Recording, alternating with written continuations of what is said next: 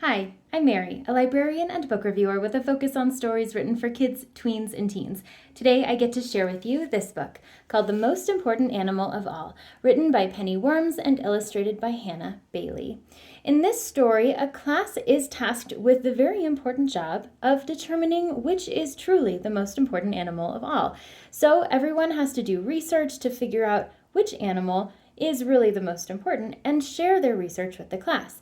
So one by one, the students share their research and they share information about the majestic elephant, the tiny bumblebee, and the even tinier krill that's found in the oceans. And as each student shares their information, it becomes more and more difficult to determine who truly is the most important animal of them all. This story is a blend of a narrative and also nonfiction picture book for young readers, and it is filled with really fascinating facts about all of these keystone species.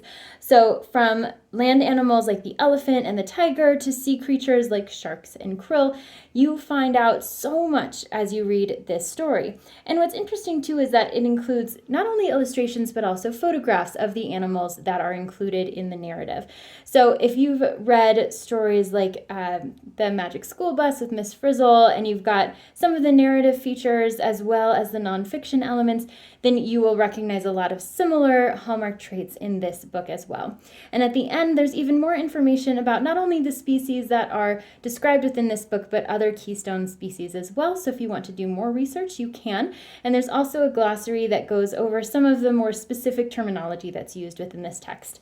So I love the fact that the images are not only beautiful illustrations that include all kinds of information about these animals, but also real life photographs that are really brightly colored and filled with even more information. So it brings the story to life for readers young and old, and no matter if you're a grown-up or a kiddo, you are going to learn something as you are reading this book, and it's one that you'll return to again and again and find something new every time. So if this sounds like a great fit for you and you are interested in narrative nonfiction and protecting the environment, this is a really great fit. And if it sounds like a great fit for you, I hope you look for it at your favorite bookstore.